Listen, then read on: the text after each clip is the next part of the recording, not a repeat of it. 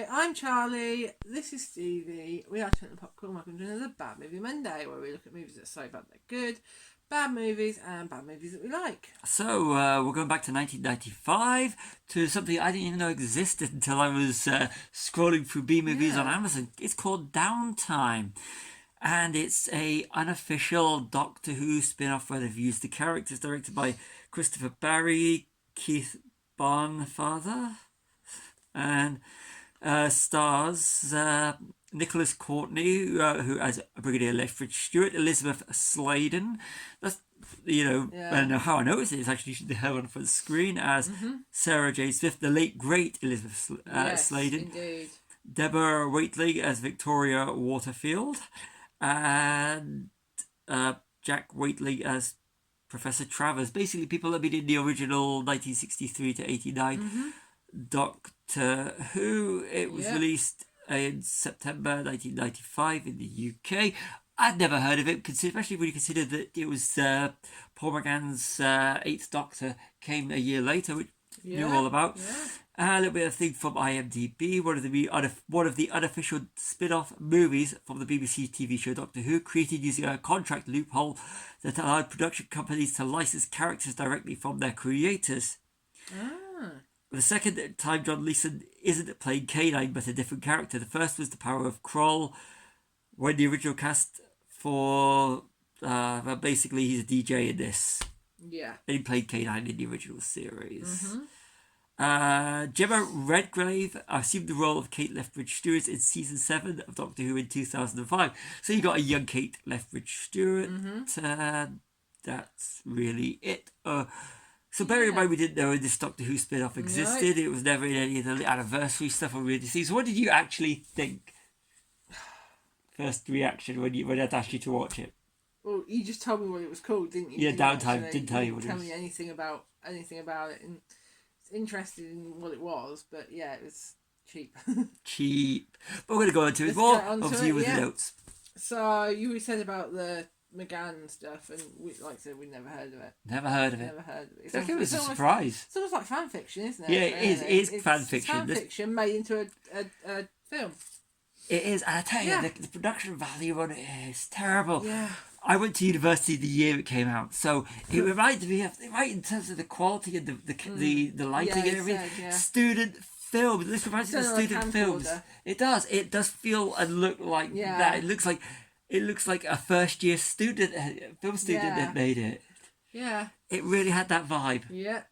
But I don't know what's worse in this film, the acting or the costumes. The costumes are terrible. The acting, the monster costumes are pretty bad, aren't they? Yeah, I mean, the expected. You can see the zip, can't you? And stuff. Yeti, the mummy, whatever it's supposed to be. The one's supposed to be like from the original. But it's not so much that. It's what the costumes the characters wear. Yeah. And the acting and the performance and some of the makeup, especially on that. What's her name? Waterfield character. Yeah. Yeah. It's terrible. Yeah. I really put my notes back up when I'm doing this. Victoria. Her performance was so terrible. And her line readings. To think she was in multiple episodes of the original Doctor Who. Yeah. We looked up Patrick Troughton's the second one, wasn't she? Whereas Sarah Jane, Elizabeth Sladen, was in 3 and 4, but I know more and then reappeared in modern stuff, and she had her own spin-off series adventures, which I've watched. I know the kids' shows. I don't care. And one of those ones actually just filmed in different gardens, a different house. Yes, it is. So that's why you got me watching the it. Wedding with Sarah Jane. Yeah. There were a lot of wedding ones there. Didn't they do for Torchwood? They did something blue film. Yeah, and they did. If you're in Wales, go to different gardens, different houses. Well, whatever. It's a major filming location. But back over to this rubbish. Anyway, back to this. It's very green, the lighting, isn't it? Yes. It's very. Yeah, it's like they couldn't find any other coloured lighting. They did try to give the whole 1970s, 60s Doctor Who vibe to it, but it just doesn't work in 95 with the video cameras they were using. Terrible. Yeah, and did they film this in a studio or in an office block? I think it was an office block. It gets that office block. Like I said, I think it's also kind of like from the outside and stuff. It looks like an office block. Yeah. So maybe that's why they gave it the look of an office block. Or a university campus. Well, yeah, university campus, but I got the vibe. Isn't that just like a office block? Yeah. I got the anytime I saw an Office, I got the vibes of I literally was having flashbacks to filming that sort of thing when I was making short films as a student, and it was really, and the haircuts and everything really bad 1995. Yeah, proper dated, wasn't it? If I was to go back to that period in time again, I would not have my hair short like I had it then. No. Yeah. So the writer, Mark Platt. Yeah. Has written lots of Doctor Who audio dramas and podcasts, and he wrote 3 episodes for the 7th Doctor. Yeah, which was Sylvester McCoy. Yeah. It does, but it looks like he's gone from making Doctor Who in the time between 85 and 89, 90, and 2005, excluding the McGann movie, saying, "Listen, I want to make some Doctor Who, so I'm going to make fan fiction. Yeah, fan fiction, woo, but without the Doctor. Terrible." Yeah. Mind Control is very much like the Cybermen. Yes, it was. And I think they were trying to do Cybermen things. I think, yeah. I was so glad they replaced that. The Kate Lethbridge Stewart made her give her a real actress to play it. Yeah. Actor to play it. Yeah, they're fighting the Great Intelligence. Which I know is Peter. What's his name? No, Richard E. Grant. Richard E. Grant From the Matt Smith era. Yes. Yeah. He was good. He's good. He was really good. Yeah. Richard E. Grant's great at everything. He was also in with Nail and I with Paul McGann. Yes. Going on better stuff that came out a year later. He was in the Eighth Doctor. Yes. Yeah, so McCoy was the 7th Doctor. I think he was the 8th earlier. He's the 7th. McCoy was the 7th Doctor. I said 7th. So, here's a question. Did most of the budget go on the caps and the shirts for the students? Because there was a lot of them. Yeah, I think they did. And the headphones as well. Yeah. Yeah. I think they did. I think they must have went to a university, because something was filmed in a university area. Yeah. I read right, and they just went and said, "Yay, wear these, you can get some time and watch us make a film production. We should probably make better. You will make better. Yeah, you will.